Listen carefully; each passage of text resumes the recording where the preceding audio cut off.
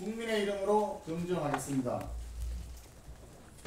저는 문재인 정부 때 국민에게 공개됐던 7대 인사 검증 기준이 무려 지금 8년이 넘었는데 오히려 후퇴됐고 공개하지 않는 것은 더욱더 문제라고 생각합니다. 지금 김민석 후보자가 에게 제기된 여러 가지 의혹들 중 7대 검증 기준에 벌써 4가지나 위반 소지가 있습니다. 공직자 재산 등록을 하지 않았고 증여세를 제때 내지 않는 탈루 의혹이 있고 또한 논문 표절에 또 위장 전입까지 관련 의혹이 제기되고 있습니다. 명확히 밝혀야 된다고 생각하고요. 일단 김경률 회계사님께 회계적인 전문성 있는 부분을 좀 여쭤보려고 합니다. 아까 회계사님도 말씀하셨는데 김민석 후보자는 2020년도에 재산 공개를 하면서 마이너스 5억 8천만 원 정도의 순재산이라고 공개를 했고 지금 5년 만에 뚜껑을 열어보니 플러스 2억 원 가까운 재산이 되어 있습니다. 그 얘기는 뭐냐면 1억 원의 세비를 받아서 생활을 다 하고 또 5년간 기부금도 2억 원 정도 다 내고 그리고도 예금으로 따지면 8억 원이 증가했다는 뜻입니다. 순자산이 8억 원 증가해서 기존의 빚도 다 갚고 실제 재산이 1년마다 1억 6천만 원이 증가한 것이죠. 근데 김민석 후보자의 주장은 이렇습니다. 결혼식, 빙구상, 출판기념회 등등에서 받았던 현금이 있는데 그 현금을 각각 그 해에 2020년도 빙구상이 있던 해에는 2020년 12월 31일 이전에 다 현금을 다 써버렸고 그래서 재산 등록을 안 했고 출판기념회가 있었던 2022년과 2023년에도 다 현금을 써버렸기 때문에 그해 연말 기준으로 재산 등록을 할 필요가 없었다라고 합니다. 근데 상식선에서 한번 생각해 보십시오. 그 당시에는 김민석 후보자가 국무총리 후보자가 될 것을 본인도 전혀 예상 못했고 우리도 전혀 몰랐습니다. 과연 현금이라는 것은 차명재산과 같아서 아무도 추적이 불가능한데 하필이면 혼자서 그 규칙을 지키기 위해서 연말마다 각각의 연말마다 그 돈을 다 영원으로 만들었을까요? 저는 남아있었던 현금이 남아있다라고 보는 것이 합리적인 추론이라고 생각합니다. 이게 표로 딱 보이는데요. 2021년 1억 1천만 원의 순재산이 늘었습니다. 그 얘기는 세비를 받고 생활을 하면서도 1억 1천만 원의 재산이 늘었다는 얘기입니다. 근데 이게 2020년 기준으로 빙구상에 들어왔던 조의금이 전부 다 현금으로 소진됐다면 2021년도에 1억 1천만 원이나 되는 돈은 어디서 뚝 떨어진 것입니까?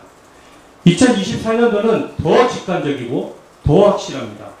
2023년도 출판기념회에서 받은 돈을 11월 29일에 받고 12월 31일까지 다 써버렸다면 한 푼도 남지 않았다면 그 다음 해에 2024년도에 2억 1천만 원의 현금은 도대체 어디서 순재산 증가액은 어디서 나온 것입니까?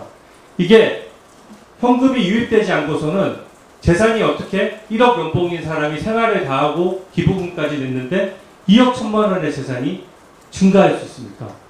숫자상으로 아예 불가능한 수치이기 때문에 저는 그 전에 있던 현금들이 제대로 재산 등록되지 않고 남아있다라고 보는 것입니다. 회계사님이 아까 지적하셨다시피 2024년도에는 신용카드도 거의 쓰지 않았어요. 씀씀이를 줄이기 어렵습니다.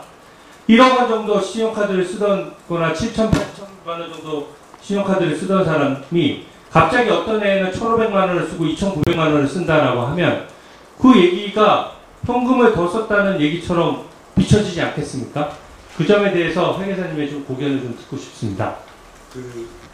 주진우 의원님께서 잘 지적해 주셨다고 생각하는데 5년 동안 통째로 보게 되면 뭐 10억이 빈다, 뭐 12억이 빈다 이렇게 할 수 있지만 한 해 보게 되면 이와 같은 이벤트가 없었던 2021년이라든가 2024년 이 경우에는 이제 설명이 불가능하다고 할 수 있겠죠. 2021년 한 해를 예를 들어본다면 세수로 1억 원을 가지게 되고요. 그 다음에 카드 사용액이 7천만 원 정도입니다.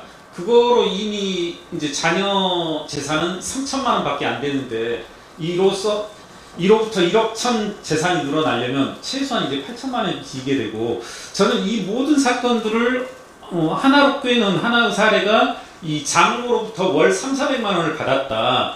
이 해명이라고 생각하는데요.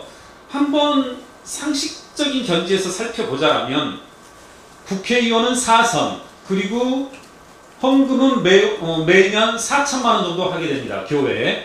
그리고 신용카드는 1억 정도 썼으니까 월 1,000만 원씩 신용카드 쓰는 사람에게, 사위에게 어떤 장인 장모가 월 3,400씩 생활비를 보내줄 수 있는지, 보내주는 사람은 그렇다 치지만 그걸 받는 그 사위라는 사람은 어떤 사람인지 의심을 가질 수밖에 없다. 그래서 제가 생각하기엔 주진우 의원님의 말씀처럼 전반적으로 본인이 스스로 만들어낸 한도 6억, 제가 봤을 때 절대 6억일 수는 없는데 6억의 한도를 만들어 놓고서 어떤 그 과거 김남국 그 비서관이 만들어냈던 법의 허점들, 공직자윤리법의 허점들을 찾아내서 출판기념회다, 결혼식이다, 빙구상이다, 이런 식으로 사후적으로 깨맞춘 조작이 아닌가 이렇게 생각합니다. 마지막으로 하나만 간단히 여쭤보겠습니다.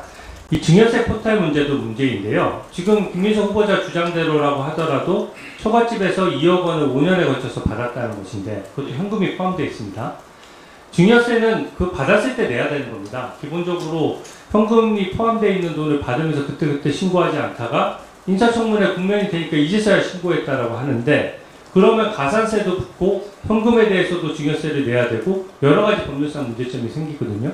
저도 회계사님과 같은 의견인데 이것이 8억 원 재산 증가분에 대해서 사후적으로 말을 맞추기 위해서 그 장모와 관련된 2억 원의 증여 부분을 얘기했을 뿐이지, 국민 입장에서는 이 금액이 과연 각 출판기념회랑 빙부상, 장모로부터의 지원금 등이 각각 얼마인지를 확인할 방법이 없다라고 보는데 어떻게 보십니까? 그 부분 전적으로 동의하고요. 예를 들어서 그에 따르면 이제 전처로부터 받은 교육비 2억 원, 아들에 대한 교육비 2억 원도 증여세 과세 대상이 되어야 합니다. 그러니까 저 판례를 좀 꼼꼼히 찾아봤는데 부양 의무가 있는 사람이 교육비를 낼 때 내어야만 되고, 만약에 이제 우리 흔히 이제 할아버지가 뭐 아들내미 유학비로 해서 1억을 준다, 뭐 2억을 준다 하게 되면 이때는 그 피부양 의무가 있는 아버지가 생활 능력이 있는지, 이때 이제 김민석이 생활 능력이 있냐 없냐 따지게 된다라면 교회에 헌금을 매년 5천만 원씩 내고